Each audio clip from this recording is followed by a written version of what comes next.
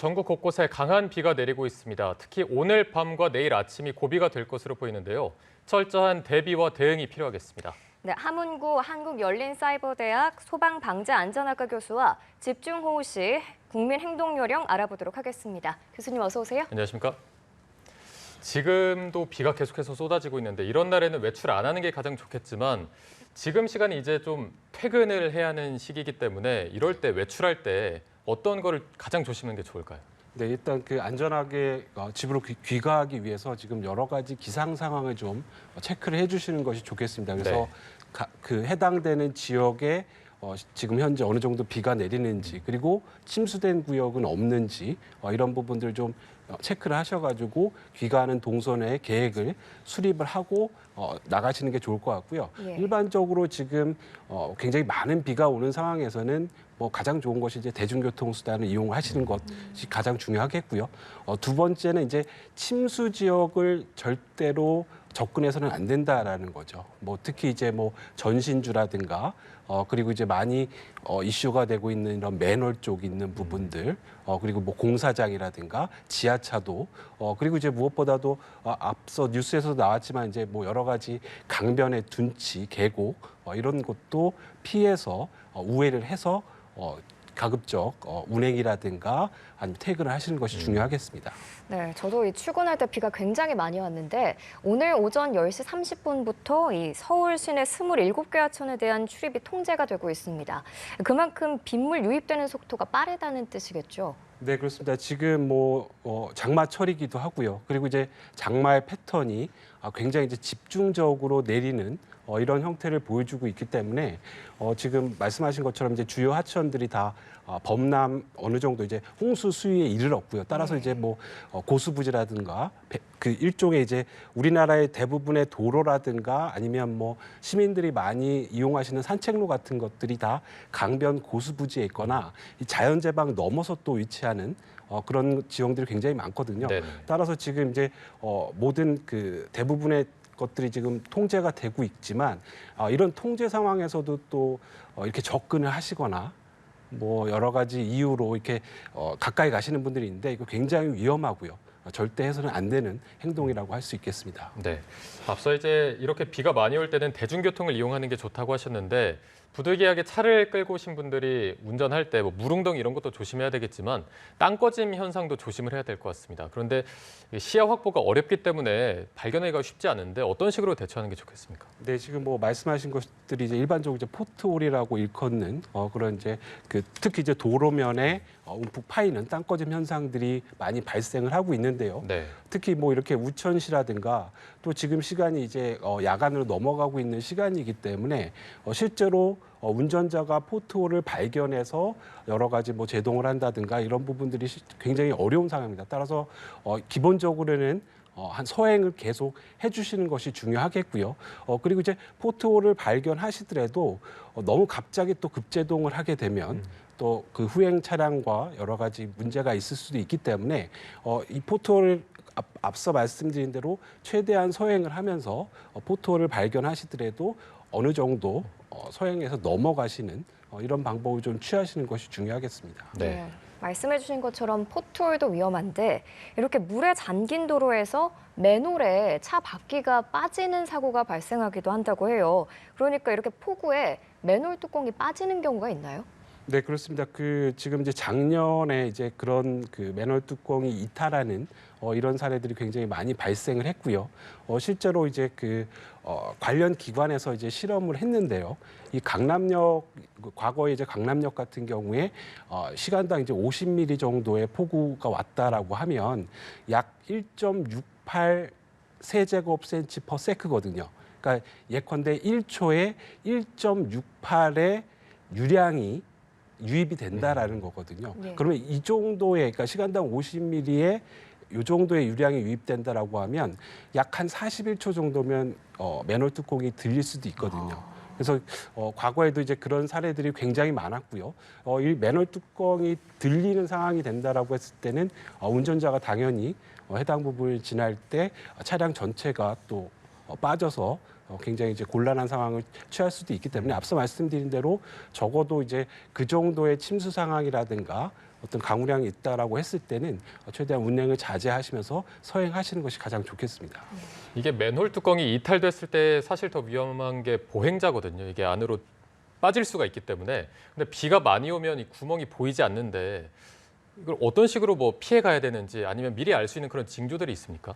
기본적으로는 이제 그 맨홀 주변에서 이제 뭐 기포라든가 아니면 소용돌이라든가 이런 형태들이 나타나긴 하는데요. 네네. 이제 이런 것들이 사실은 여러 가지 이제 오물과 토사가 뒤섞이면서 육안으로 구별하기 굉장히 어려운 상황들이 있습니다. 그래서 맞습니다. 지금 앵커께서 말씀하신 것처럼 뭐 차량 같은 경우에 바퀴가 걸려서 극단적으로 빠지는 경우는 적겠지만 이 보행하시는 그 사람 그 보행자 같은 경우에는 실제로 그 맨홀 뚜껑 안으로 빨려 들어가서 굉장히 이제 그 사망하는 케이스도 많이 발생을 하고 있거든요. 네네. 그래서 그 기본적으로 이제 맨홀이 설치돼 있는 부분들이 도로 이제 중심부 사선을 많이 설치가 돼 있고요. 그래서 가급적이면 도로 가장자리로 보행을 해주시는 것이 유리하겠고요. 앞서 말씀하신 것처럼 육안으로 이제 구분하기 그래서 이제 그 작년에 그런 사고들이 많이 발생을 했기 때문에 서울시 같은 경우에 이제 보셔서 아시겠지만 이제 그 추락 방지하는 망들이 설치가 돼 있습니다. 근데 일부 지자체에 해당되는 경우고요. 대부분의 맨홀들은 아직 그런 시설이 없기 때문에 결국은 이제 보행자가 최대한 좀 조심을 하실 수밖에 없는 상황인 것 같습니다. 네. 이렇게 지상뿐만 아니라 이렇게 비가 많이 오면 지하 공간이 특히 위험하잖아요. 뭐 지하 주차장, 지하 차도, 물이 차오르는 속도가 지상과는 좀 다를 것 같은데요. 그렇습니다. 그 뭐 지하라는 말 자체가 그 다른 부분, 다른 평면보다 낮은 부분이기 때문에 결국 이제 물이라는 것은 낮은 곳으로 흐를 수밖에 없어요. 그러니까 예. 자연적으로 그렇기 때문에 지금 말씀하신 것처럼 지하 주차장이라든가 이런 부분으로 유입되는 속도가 굉장히 빠르고요.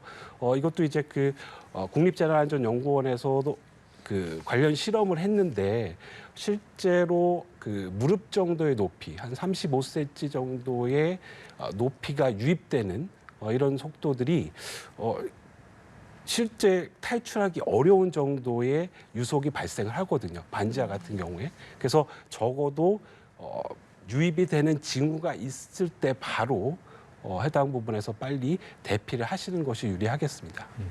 사실 이렇게 빗물이 차 있는 곳을 지날 때 가장 두려운 게 가로등이나 이런 전봇대 주변 걸어갈 때가 가장 무섭거든요. 감전 가능성은 얼마나 있는 겁니까? 실제로 그 장마철에 사망하시는 분의 한 30% 정도는 이 감전사로 인해서 사망을 하고 계시거든요.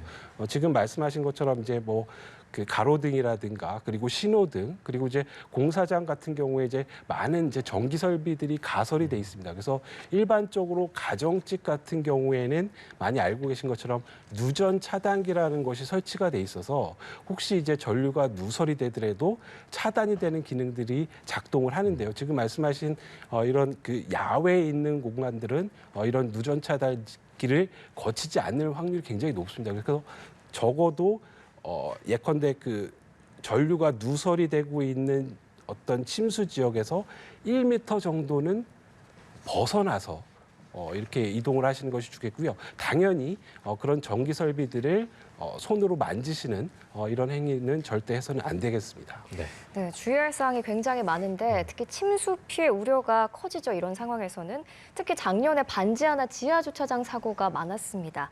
물이 어느 정도 차기 시작했을 때 저희가 빨리 대피를 해야 할까요? 네, 앞서 말씀드린 것처럼 실제로 그 물이 유입이 되는 시점, 그러니까 뭐 바로 되자마자. 네, 되자마자 그러니까 이게 왜 그러냐면 실제로 이제 반지하라든가 지하 주차장 같은 경우에 유입되는 속도들이 굉장히 빠르거든요. 이거 물론 이제, 이 부분을 일반화해서 말씀드릴 수는 없지만 불과 그 1, 2분 안에도 앞서 말씀드린 대로 무릎 정도 이상의 자력으로 탈출할 수 없는 상황으로 치달을 수 있기 때문에 적어도 그런 징후가 보인다라고 했을 때 선제적으로 미리 대피하는 것이 가장 최선의 방법이라고 말씀드릴 수 있겠고요.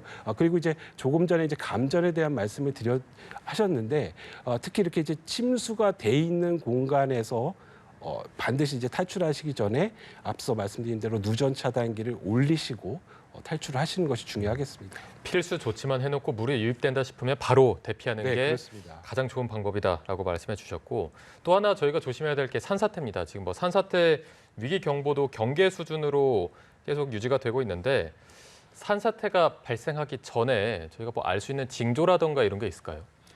산사태 같은 경우에 이제 지금 이제 장마철에 이제 굉장히 토양이 많은 이제 수분을 머금고 있고요. 그래서 이제 일반적으로 이제 토성류라고 하죠. 그러니까 그 사면으로부터 흘러내는 토사량들이 평소보다 굉장히 많은 양이다. 이렇게 판단이 되면 좀 징후라고 좀 의심을 해볼 만하고요. 두 번째는 이제 평소에 물이 나오지 않는 곳에서 샘처럼 물이 솟는 이런 부분들도 징후라고 말씀을 드릴 수가 있겠고요. 그리고 뭐 일반적으로는 뭐 나무가 기울어졌다든가 그래서 이런 부분들이 이제 결국은 여러 가지 그 토질 상태들이 굉장히 이제 연약해졌다라는 부분을 판단할 수 있는 부분들이 보여줄 수 있기 때문에 이런 것들을 좀 참고를 하시면 도움이 될 것 같습니다. 네, 이렇게 산사태가 발생했을 때 바로 대피하는 건 당연한 거고 이 피해를 막는 관리도 중요해 보이는데 이렇게 비가 많이 올 때 미리미리 해놓을 수 있는 방법들 어떤 것들이 있을까요? 보통 이제 산사태가 우려가 되는 부분들은 이제 그 소위 말하는 이제 경사도가 급한 지역이거든요. 그래서 이제 경사도가 급한데 뭐 여러 가지 벌목이라든가 아니면 뭐 여러 가지 개발들. 그래서 지금 과거의 산사태 사례들을 좀 살펴보면 과거에 없던 여러 가지 개발 행위들이 혹은 토공사가 일어난 곳이 굉장히 많습니다. 그래서 이런 부분들이 그 조건으로 산재해 있는 곳이라고 한다면 이런 호우 상황에서는 미리미리 좀 대피를 하시는 것이 좋겠고요. 기본적으로는 뭐 지금 같은 호우 상황에서는 어쩔 수 없겠지만 사전에 뭐 여러 가지 나무를 식재한다든가 사방댐을 건설을 해둔다든가 이런 부분들로 조금 피해를 줄일 수 있는 방안들을 좀 미리미리 선제적으로 좀 대응을 하시는 것도 도움이 되겠습니다. 네.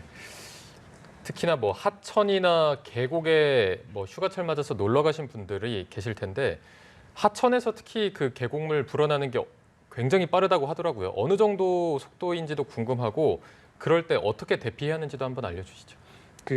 보통 이제 뭐 야영을 하시거나 지금 말씀하신 것처럼 이제 뭐 휴가를 즐겨서 놀러 가신 분들이 주로 이제 하천변에 예컨대 이제 뭐 그 삼각주 같은 드러난 이런 곳에 많이 이제 야영을 하시고 해당 사이트를 좀 구축하시는 경향이 있는데 지금 말씀하신 것처럼 실제로 해당 부분 계신 곳에 비가 적게 내릴 수도 있어요. 근데 그 상류라든가 이런 쪽에는 또 굉장히 집중호우가 있을 수 있거든요. 그래서 본인이 뭐 비가 별로 안 왔다라고 느끼고 있는 순간에 상류 쪽에서 굉장히 많은 비가 왔다라고 하면 지금 말씀하신 것처럼 내가 빨리 대피할 수 없을 정도의 그렇게 빠른 속도로 물이 유입이 될 수가 있습니다. 그래서 적어도 뭐 이런 장마 기간이라든가 이런 기간에는 선제적으로 그런 위험한 저지대에 이렇게 뭐 야영을 하거나 어떤 행위를 하시는 것은 좀 삼가를 해주시는 것이 좀 중요하겠습니다. 네, 지금까지 계속해서 말씀해 주시긴 했지만 이 장맛비가 다음 주까지 길게 이어진다고 하니까 마지막으로 장마철 주의해야 할 사항들 한 번 더 짚어주시기 바랍니다. 네, 우선 뭐 지금 뭐 국민들께서도 뭐 여러 가지 과거의 사고들에 대한 부분을 잘 알고 계실 거예요. 그래서 이런 과거에 일어났던 사고들이 결국은 또 반복이 될 수 있거든요. 그래서 그런 것들에 대한 것들을 다시 한번 내가 생활하고 있는 공간에 어떤 위험 요소가 있는지에 대한 부분들을 좀 미리미리 좀 공부를 하시는 것도 중요하겠고요. 그리고 이제 뭐 여러 가지 뭐 고립이라든가 앞서 말씀드린 이런 전기에 대한 안전성 이런 안전장비에 대한 것도 미리미리 좀 선제적으로 구비를 해주시는 것도 중요하겠습니다. 네. 처음에 말씀해 주신 지금 뭐 시청자 여러분들 계신 곳의 기상 상황 그리고 침수 유해 지역에 대한 상황을 좀 계속해서 확인해 주시고요. 좀 과할 정도로 대비를 잘 해주셔야겠습니다. 자, 오늘 함은구 한국열린사이버대학교 소방방재안전학과 교수와 함께 집중호우 시 대피요령까지 함께 알아봤습니다. 오늘 고맙습니다.